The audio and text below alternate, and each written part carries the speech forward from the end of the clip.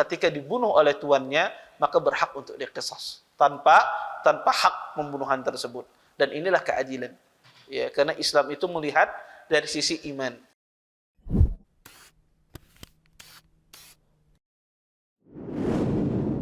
Assalamualaikum warahmatullahi wabarakatuh.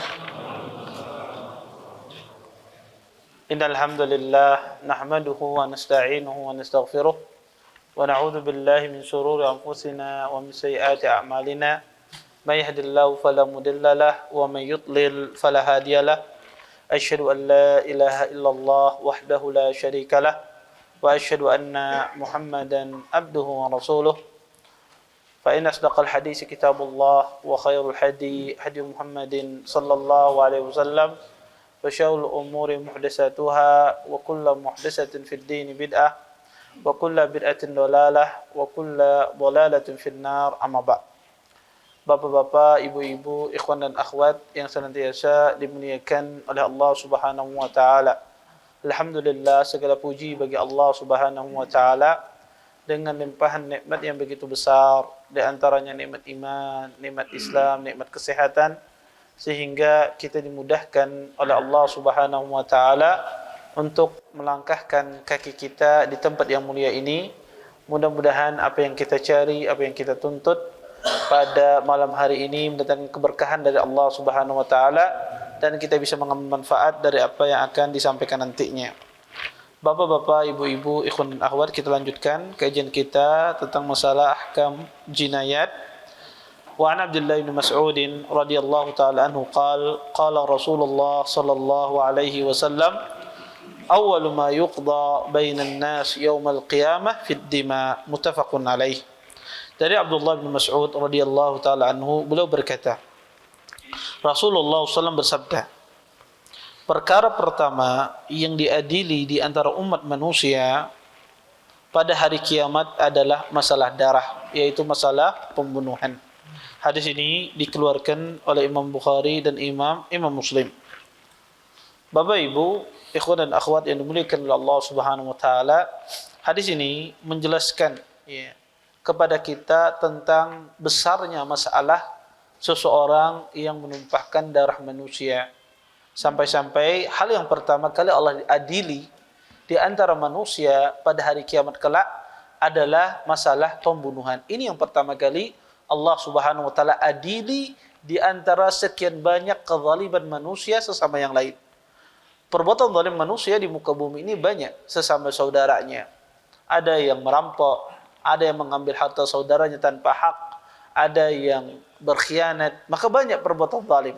Di antara perbuatan zalim yang Allah adili pertama kali adalah masalah penumpahan darah manusia. Maka itu Allah adili pertama kali di hari kiamat. Ini menunjukkan bahwasanya tidaklah sesuatu itu didahulukan kecuali menunjukkan besarnya dosa yang dilakukan.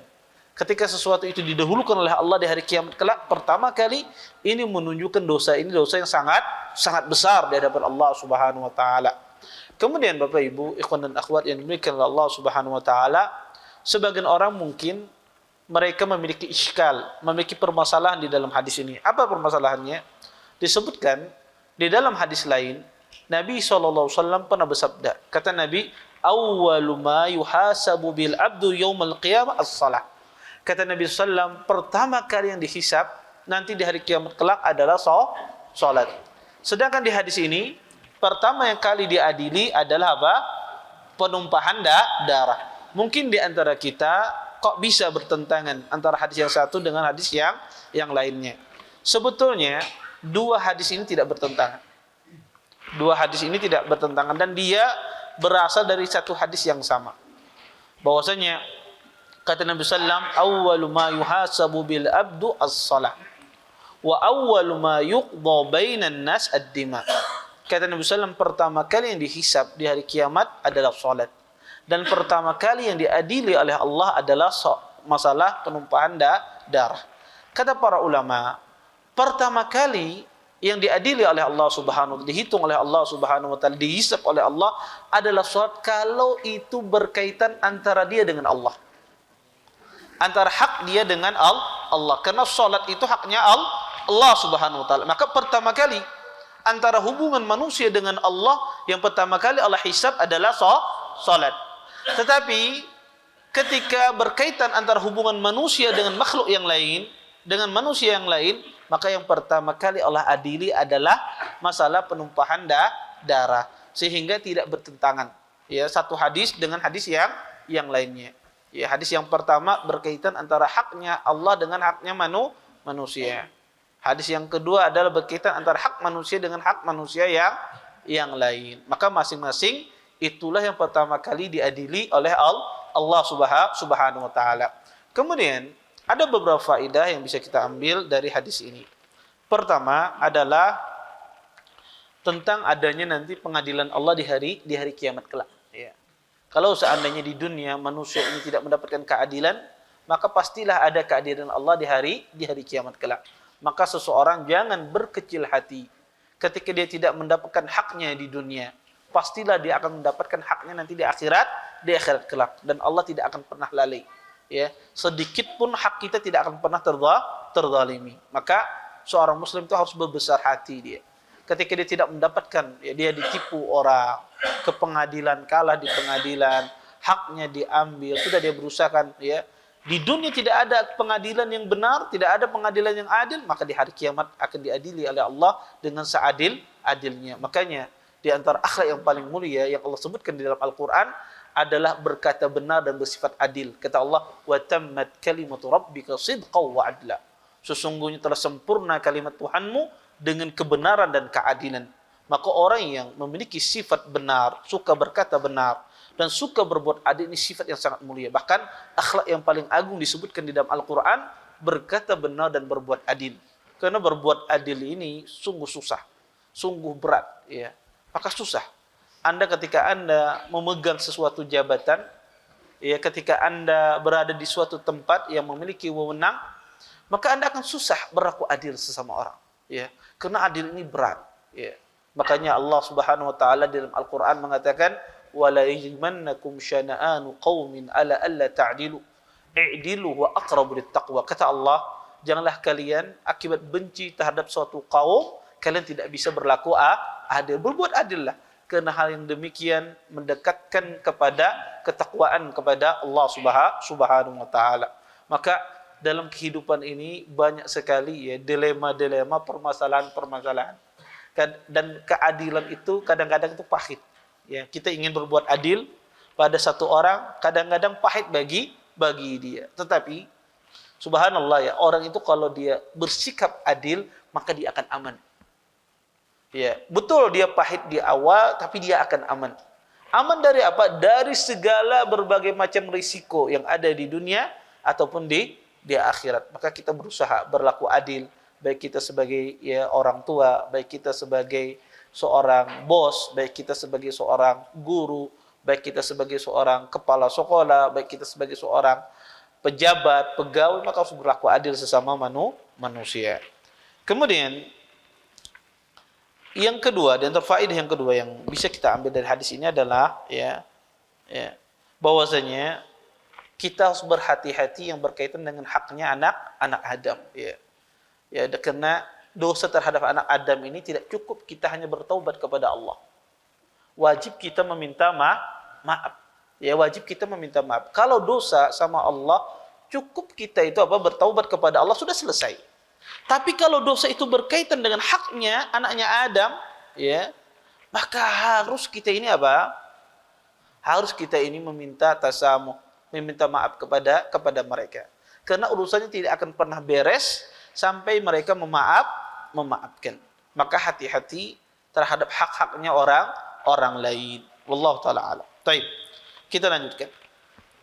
Wa an Samurah radhiyallahu taala anhu qala Rasulullah sallallahu alaihi wasallam, man qatala 'abdahu qatalnah wa man jada 'abdahu jada'nah. Rawa Ahmad wal arba'ah wa hassanahu at-Tirmidzi wa huwa min riwayat al-Hasan al-Basri an Samurah وقد اختلف في سمائه منه وفي رواية أبي داود والنسائي بزيادة ومن خصى عبده خصيناه وصحح الحاكم هذه الزيادة. Dari Samurah radhiyallahu taala anhu, beliau mengatakan, sesungguhnya Rasulullah SAW pernah bersabda, barang siapa yang membunuh hamba sahayanya, budaknya, maka kami akan membunuhnya. Dan barang siapa yang memotong hidung hamba sahayanya, maka kami akan memotong hidungnya. Hadis ini dikeluarkan oleh Imam Ahmad serta 4 imam ahli hadis dan dihasankan oleh Imam At-Tirmidzi, yaitu dari riwayat Hasan Al-Basri dari Samurah. Namun para ulama berselisih pendapat tentang perihal Hasan, apakah mendengar hadis tersebut dari Samurah. Di dalam riwayat Abi Dawud dan Nasa'i terdapat tambahan lafaz, barang siapa yang memotong atau mengebiri hamba sahayanya, maka kami akan memotong testisnya. Bahwasanya Imam Al-Hakim mensahihkan tambahan ini. Bapak Ibu, ikhwan dan akhwat yang dimuliakan oleh Allah Subhanahu wa taala, pertama, hadis yang kita bacakan ini terjadi khilaf di kalangan para ulama tentang kesahihan dan kelemahannya. Hadis ini diriwayatkan oleh Hasan Al-Basri dari Samurah. Hadis ini diriwayatkan oleh Hasan Al-Basri dari sahabat yang mulia Samurah. Hasan Al-Basri ini para ulama berselisih apakah dia mendengar hadis ini dari Samurah. Karena riwayat Hasan Al-Basri dengan Samurah ini lumayan banyak. Dan ulama berselisih dari Hasan Al-Basri ini apakah mendengar dari Samurah. Sebagian ulama mengatakan Hasan Al-Basri ini tidak mendengar dari sahabat yang mulia Samurah. Sebagian lagi beliau mendengar hadis yang sedikit. Sebagian lagi mengatakan bahwasanya beliau hanya mendengar hadis akikah saja. Yang benar adalah Hasan Al-Basri itu cuma mendengar hadis akikah. Adapun hadis yang lainnya tidak beliau dengar. Maka hadis ini sebetulnya hadis yang lemah. Kenapa? Karena terputus sanadnya. Hasan Al-Basri tidak mendengar dari Samurah. Kemudian yang kedua, Hasan Al-Basri ini ada seorang mudallis, sehingga dia meriwayatkan hadis ini dengan cara dari an. Maka ini dihukumi hadis ini adalah hadis yang lemah. Walaupun hadis ini lemah, sebagian ulama mengamalkannya. Hadis ini apa? Hadis ini menjelaskan tentang perihal masalah seseorang membunuh budaknya. Seseorang membunuh budak di dalam hadis ini maka wajib diqisas, wajib dibalas dengan serupa. Seseorang yang memotong hidung budaknya maka wajib diqisas, dibalas hal yang serupa. Ini mafhum dari hadis ini. Tetapi ulama berselisih. Apa hukumnya seseorang itu membunuh budak? Jika ada seorang tuan, misalnya dia memiliki budak, kemudian budaknya dia bunuh. Misalnya lihat budaknya pengoler banget, bunuh aja dah. Misalnya. Apa hukumnya orang itu membunuh budaknya? Apakah dia diqisas ataukah tidak di dalam Islam? Dan kita tahu asal budak ini berasal dari peperangan. Tidak mungkin budak itu didapatkan kecuali berasal dari peperangan. Dan budak itu asalnya dari orang kafir. Budak itu pasti asalnya dari orang kafir. Jadi orang kafir itu kalau dulu mereka berperang, jadi zaman dahulu orang itu berperang, dia membawa anak dan istrinya. Membawa anak dan istri. Tujuannya apa? Untuk menyemangatinya. Jadi orang itu kalau berperang, anak dan istrinya di samping, dia tambah semangat. Kenapa? Karena kalau dia kalah, anak dan istrinya jadi tawanan. Anak istrinya nanti akan jadi tawan, maka tambah semangat. Jangankan itu, seseorang saja kalau lagi pertandingan, anak dan istrinya datang mendukung misalnya, maka dia akan tambah semangat. Tambah semangat. Seperti itu pula kalau ke kajian suami istri, maka tambah semangat. Maka tambah semangat. Maka zaman dulu semacam itu. Orang ketika berperang dia membawa anak dan istrinya untuk menyemangatinya, sehingga dia berjuang berperang dengan seluruh tenaga yang dia miliki.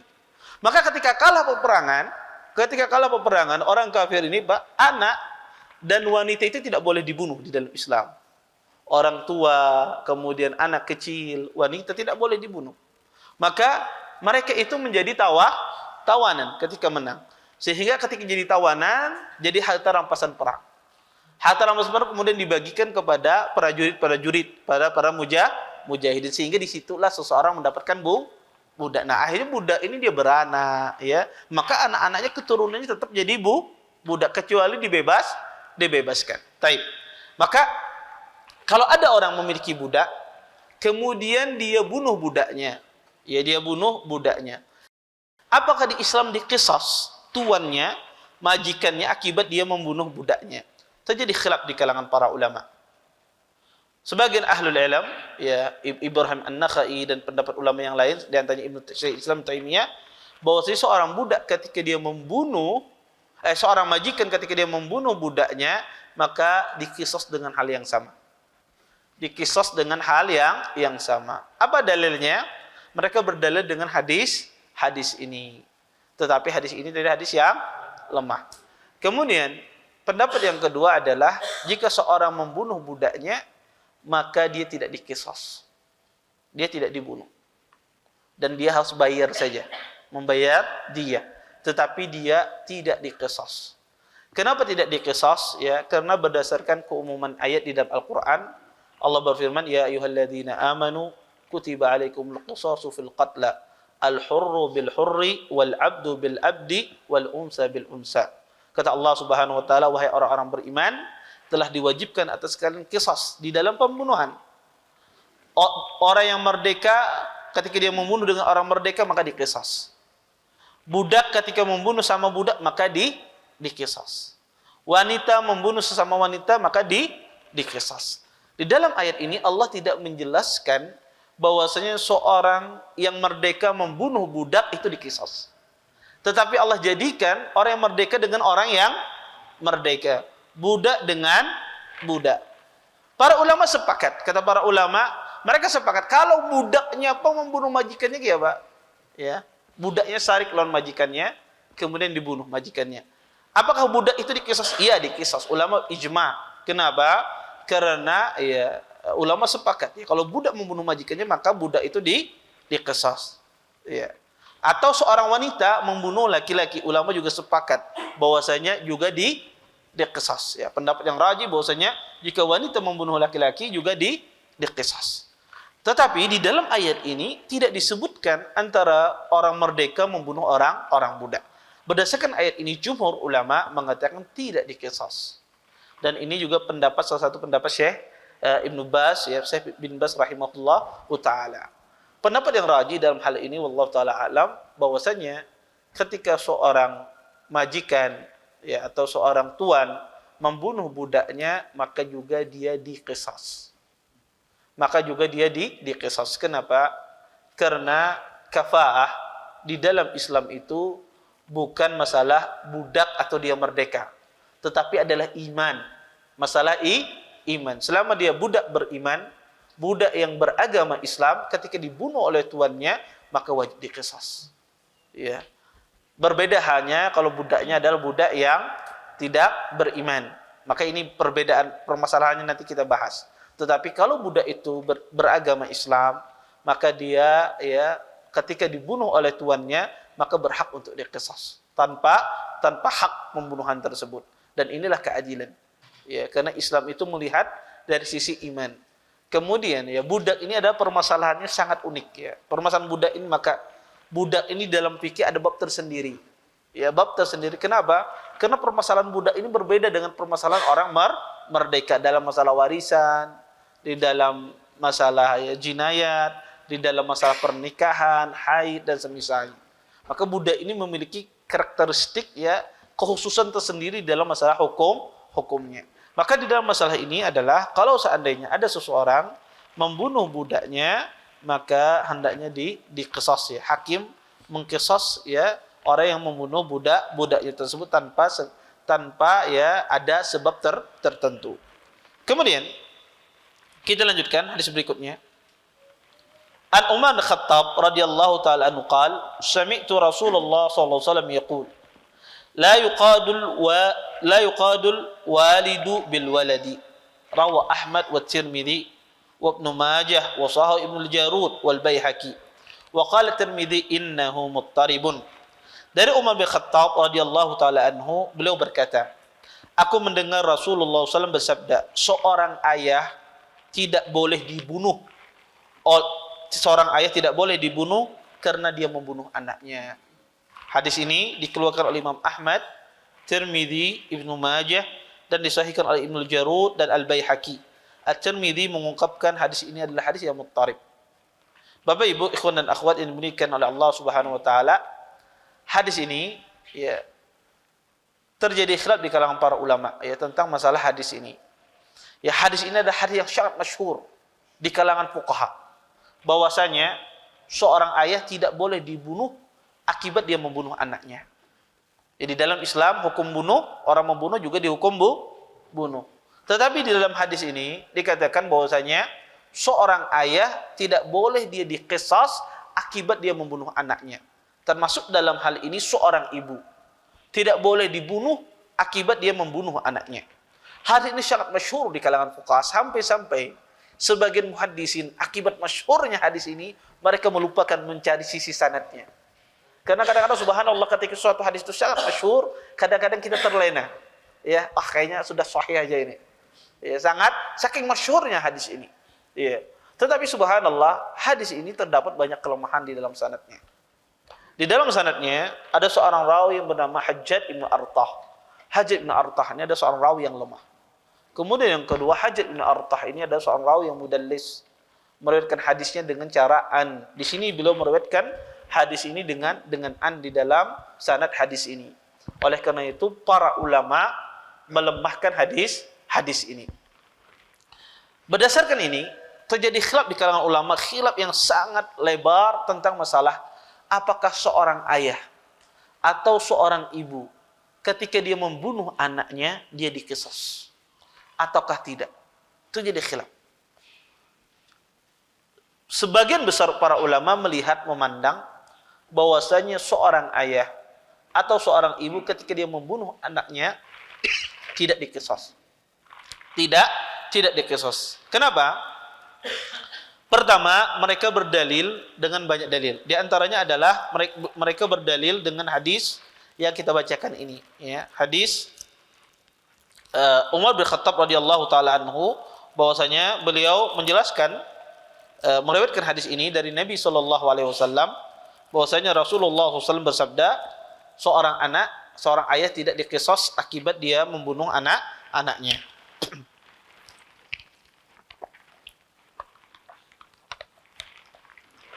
Kemudian mereka berdalil dengan dalil akal. Dalil akal yang digunakan adalah bahwasanya tidak mungkin seorang ayah atau seorang ibu itu membunuh anaknya karena syafaqah, ya, karena kasih sayangnya luar biasa, rahmatnya luar biasa. Maka tidak mungkin dia itu membunuh kecuali ada sebab.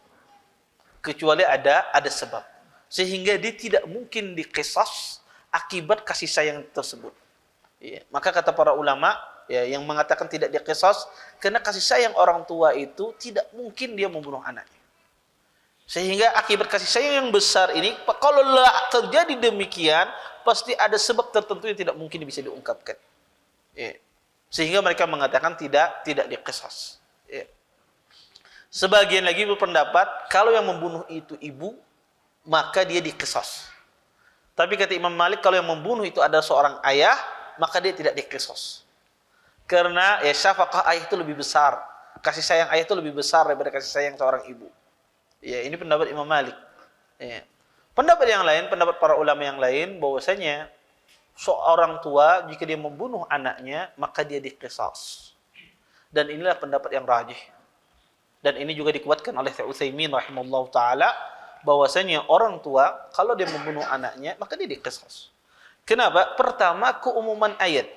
Allah mengatakan al-hurru bil hurri. Kata Allah ditetapkan bahwasanya ya orang yang beriman diwajibkan atas kamu melaksanakan qisas, ya.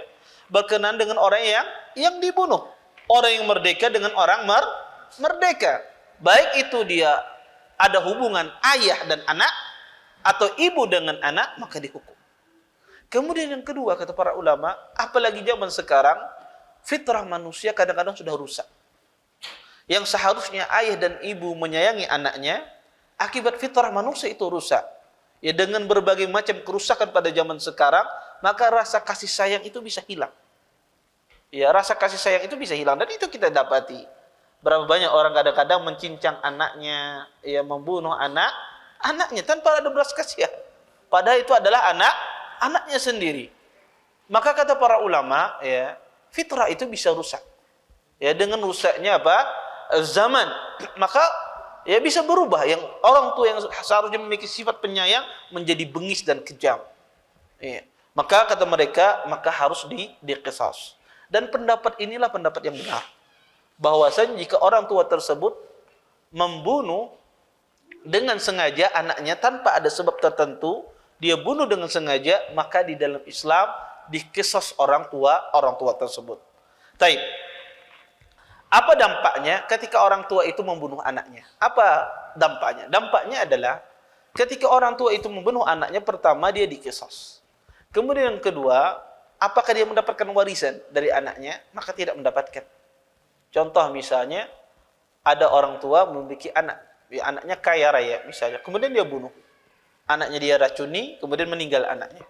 Taib. Apakah dia mendapatkan harta dari anaknya? Tidak mendapatkan sama sekali. Karena kata Nabi SAW, la yarisul qatil. Sesungguhnya orang yang membunuh itu tidak mendapatkan warisan daripada orang yang dia bunuh. Maka sama sekali dia tidak mendapatkan warisan. Dia dihukum, diqisas, dan dia juga tidak mendapatkan warisan. Tetapi ya banyak para ulama mengatakan tidak diqisas, dan ini pendapat jumhur ulama. Ya. Dan ini sebetulnya dikembalikan nanti kepada seorang hakim, ya, dari sisi mana dia memandang. Kemudian ada permasalahan tentang masalah pembunuhan anak ini adalah bagaimana hukumnya kalau seandainya orang tua itu membunuh anaknya ketika anak itu masih di dalam perut, aborsi misalnya. Ya, seseorang ya menggugurkan kandungannya. Ini juga merupakan sebuah pembunuhan. Ya. Maka para ulama mengatakan, ya, kadang orang melakukan aborsi itu macam-macam. Ada sebab akibat karena penyakit, ya, dideritanya, ya, kalau dia hamil maka akan membahayakan nyawanya. Ada sebabnya demikian dia melakukan apa? Menggugurkan kandungannya. Ada sebab kadang-kadang orang itu malu akibat perbuatan apa maksiat yang dia kerjakan, akibat perbuatan zina dan semisalnya, malu. Akhirnya mau dia gugurkan. Atau ada sebab-sebab yang lain. Para ulama mengatakan, ya, ulama sepakat bahwasanya janin yang digugurkan setelah ditiupkan ruh itu, kalau digugurkan janinnya, ya, dengan sengaja tanpa ada sebab syar'i, maka berdosa. Berdosa. Dan yang menggugurkan itu dengan sengaja, apakah diqisas? Maka pendapat yang benar bahwasanya dia cukup bayar diah. Jadi seorang ibu misalnya dia menggugurkan anaknya, ya, dengan sengaja, maka dia bayar diah. Nanti diah itu kita akan pelajari. Maka dia bayar diah. Dan para ulama mengatakan, bagaimana kalau seandainya sebelum ditiupkan ruh? Ya. Maka sebelum ditiupkan ruh pun juga tidak boleh, ya, digugurkan bayi tersebut. Maka berdosa orang menggugurkan bayi walaupun dia belum ditiupkan ruh. Terus bagaimana Ustadz? Kalau seandainya, ya, kita ini harus memilih, ya, antara kehidupan seorang ibu dan kehidupan seorang anak. Contoh, ibunya ini hamil, ya, tetapi si Din ini kalau melahirkan pasti meninggal ibunya. Karena tidak memungkinkan lagi melahirkan pelengketan di dalam rahimnya, ya, misalnya, ya, maka bahaya kalau dia melahirkan, kemungkinan besar apa? Meninggal, ya, karena sudah operasi berkali-kali terjadi pelengketan di dalam rahimnya.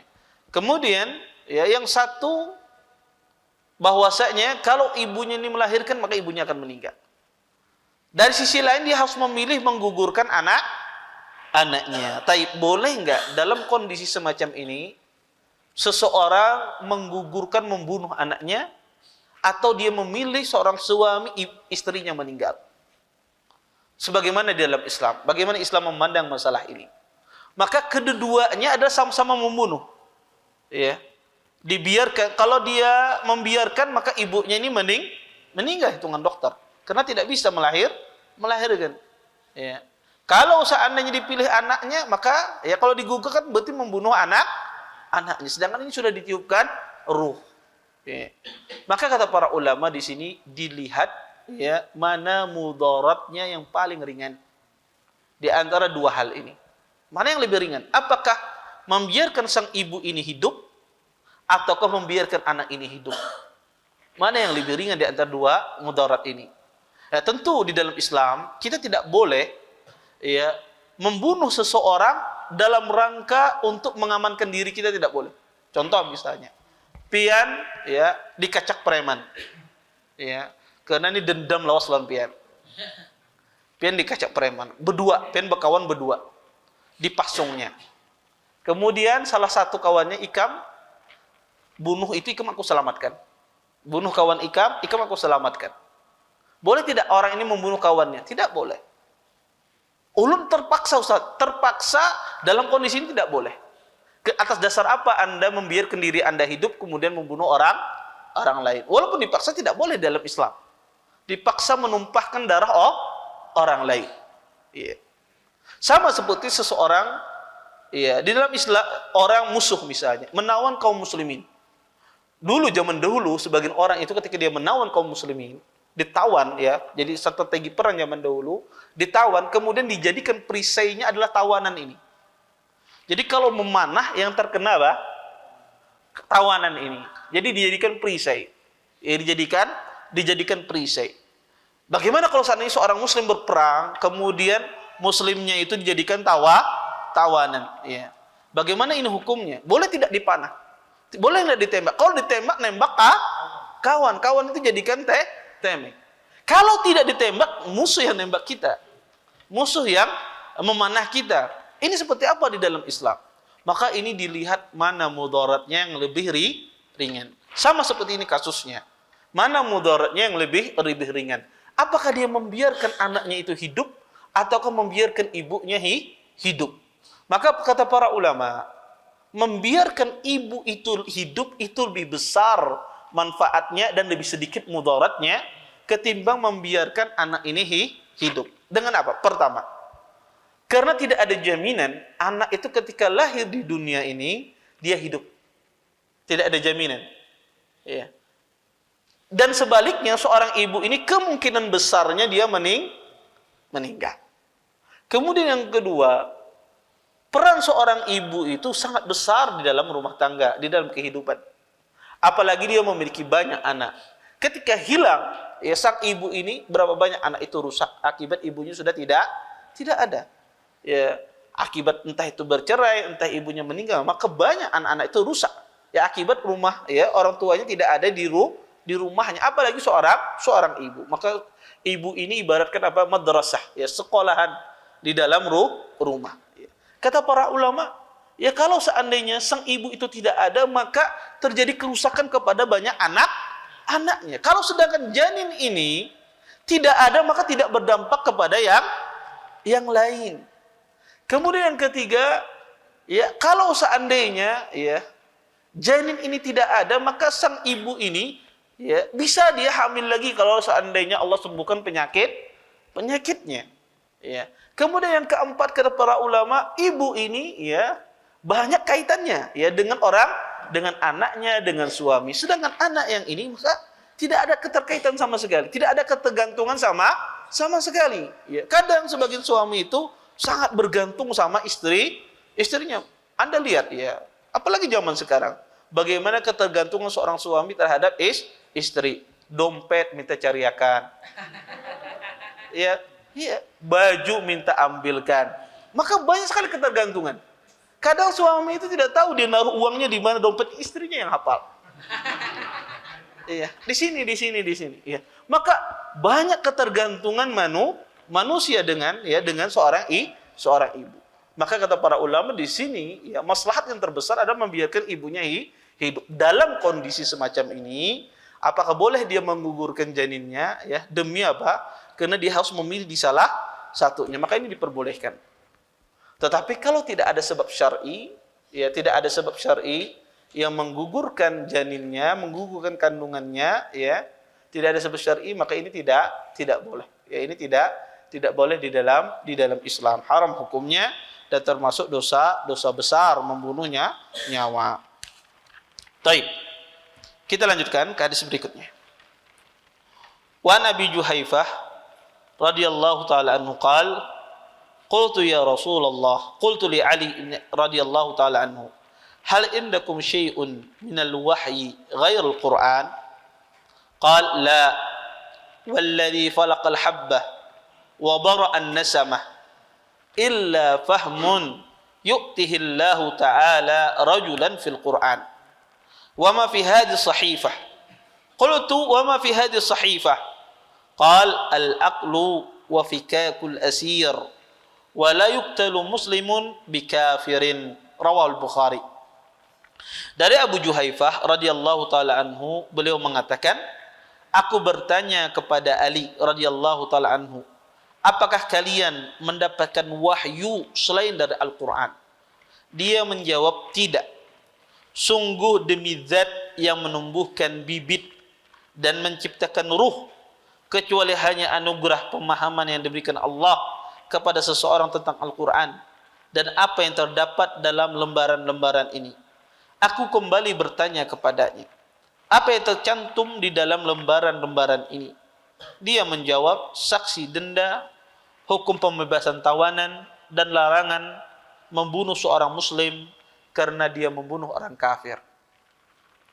Wa akhrajahu Ahmad wa Abu Dawud wa An-Nasa'i min wajhin akhar an Ali radhiyallahu ta'ala anhu wa qala fihi al-mu'minun tatakafa'u dima'uhum wa yas'a bidimmatihim adnahum wa hum yadun ala man siwahum wa la yuqtalu mu'minun bikafirin wa la dhu ahdin fi ahdihi wa sahahul Hakim.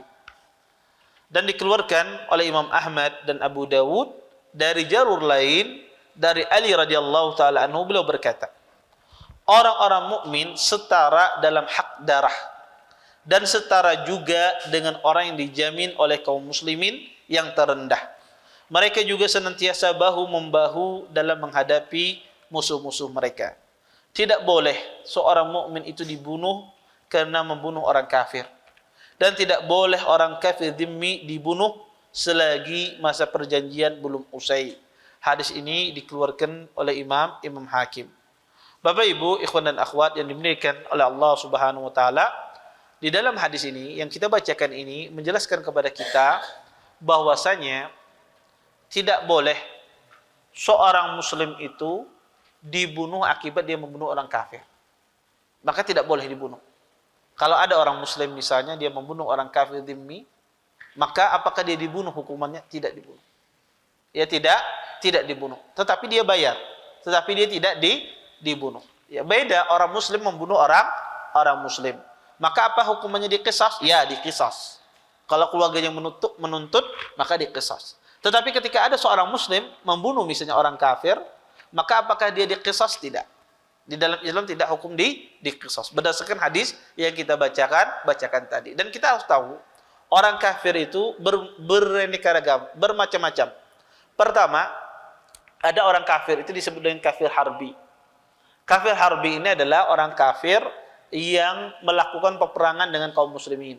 Ya. Maka orang kafir harbi ini boleh nggak dibunuh? Boleh. Karena dia memerangi kaum muslimin. Kemudian yang kedua, ada kafir itu disebut dengan kafir dhimmi. Kafir dhimmi ini adalah seorang kafir yang hidup di tengah-tengah kaum muslimin, tetapi dia membayar jizyah, membayar semacam sesuatu yang ditetapkan. Dan ini tentu jizyah ini, bayar upeti ini tentu kembali kepada ijtihad seorang hakim. Kalau seandainya hakim tersebut mengatakan tidak bayar, ya tidak bayar.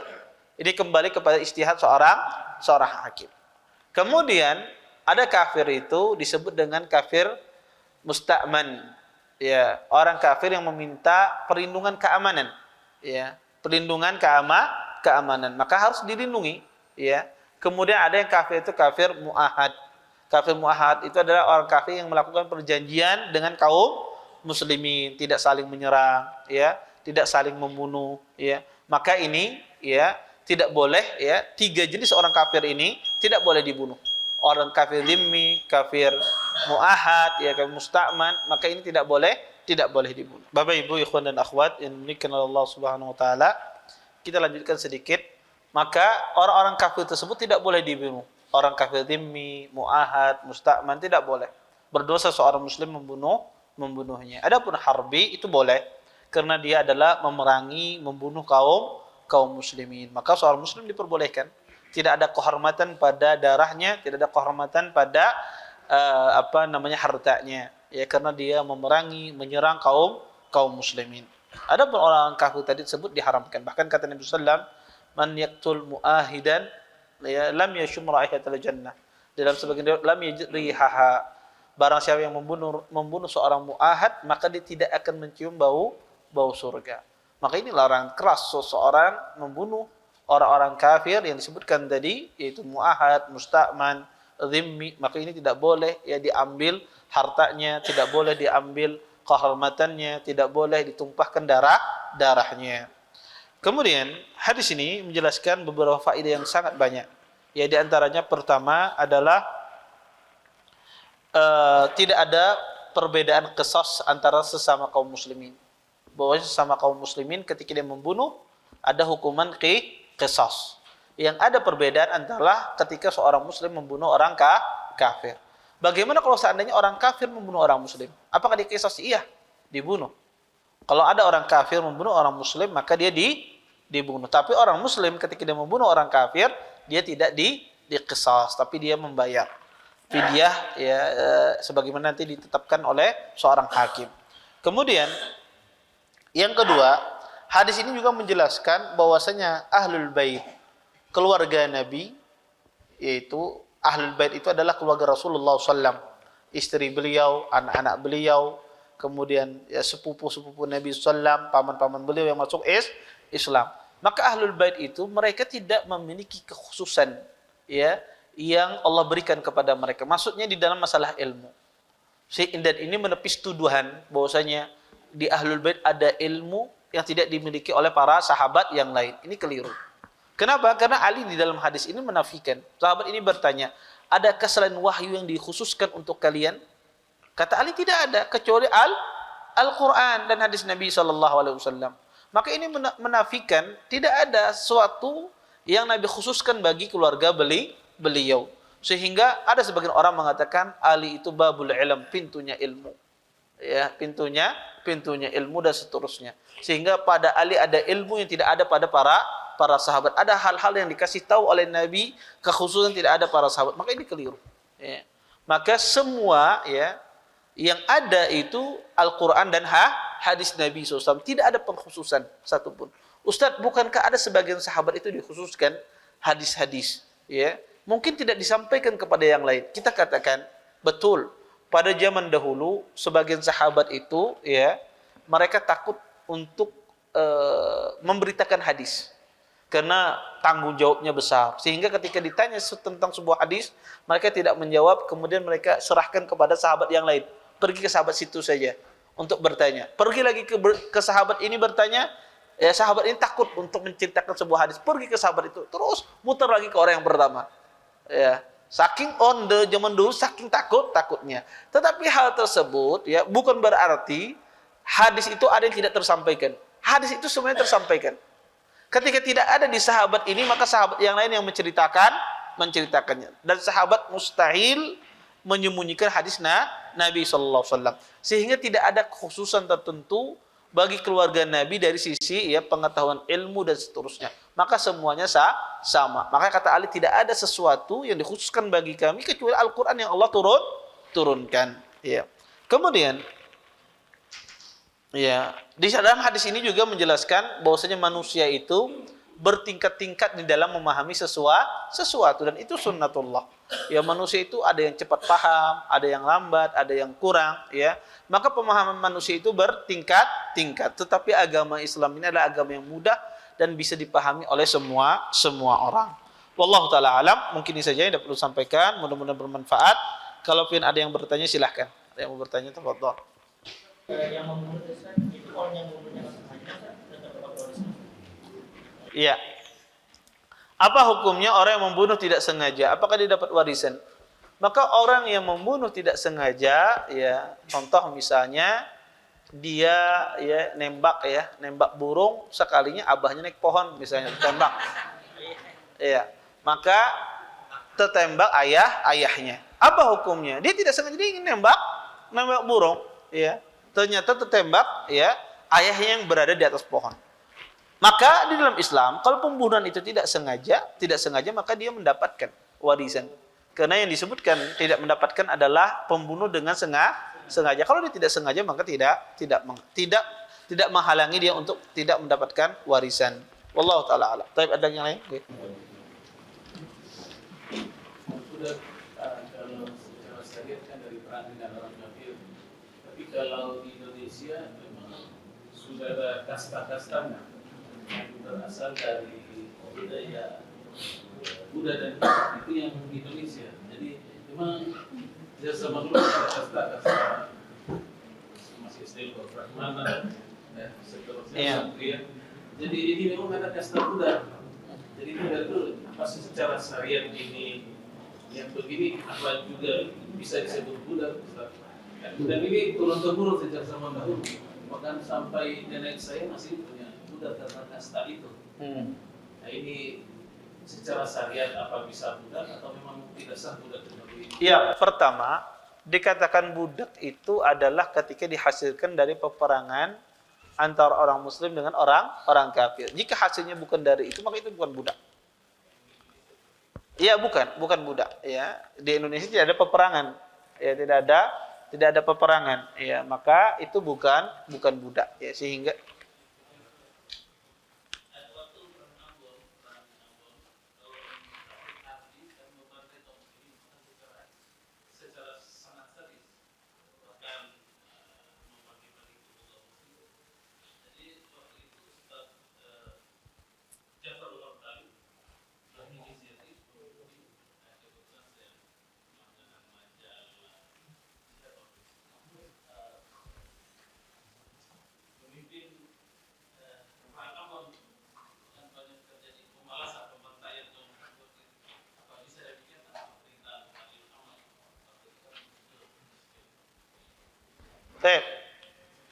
ya, jazakumullah khair atas pertanyaannya. Pertama itu salah ya. Itu salah ya, jihad yang tidak benar karena semua jihad itu harus berdasarkan izin pemimpin. Ya, izin pemimpin dalam hal ini adalah presiden. Kalau di negaranya perdana menteri ya perdana menteri ya. Kalau di negara sistem kerajaan ya seorang raja. Kalau di dalam negara sistem presidensial dia seorang presiden. Maka harus izin dari pemimpin tertingginya. Kalau tidak ada izin dari pemimpin tertinggi, maka tidak berlaku hukum jihad di sana. Kecuali dia diserang, maka boleh seseorang mempertahankan dirinya. Dia menyelamatkan nyawanya boleh. Seseorang mempertahankan dirinya, menyelamatkan nyawanya boleh kalau dia diserang. Ya. Tetapi untuk orang luar datang ke sana untuk berjihad, maka itu harus izin dengan seorang pemimpin, ya, waliul amr. Ya, dalam hal ini di negara kita ada seorang presiden, ya, atau di tempat lain misalnya sistemnya kerajaan, maka seorang raja, atau di negara lain sistemnya parlementer, maka seorang perdana menteri. Wallahu taala alam. Baik. Ustaz, ada seorang sering melakukan kezaliman.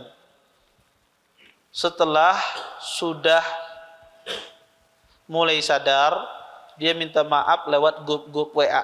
Apa bisa demikian? Ya tergantung.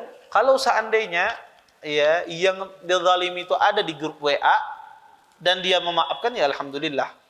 Tapi kalau seandainya dia tidak memaafkan, ya maka yang berbuat zalim ini saya minta maaf. Ini Anda sudah minta maaf. Belum tentu nanti dimaafkan.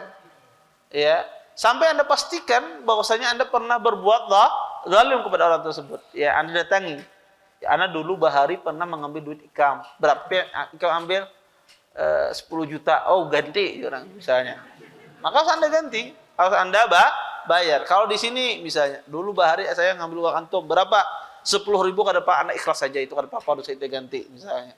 Ya, tergantung ya. Maka tidak cukup kita minta di grup WA. Ya kita nggak tahu. Ya bisa jadi orangnya apa tidak ada. Kalau kita tahu pernah kita zalimi si fulan, datangi. Ya telepon sampai di betul-betul dia memaafkan kita ya. Taib.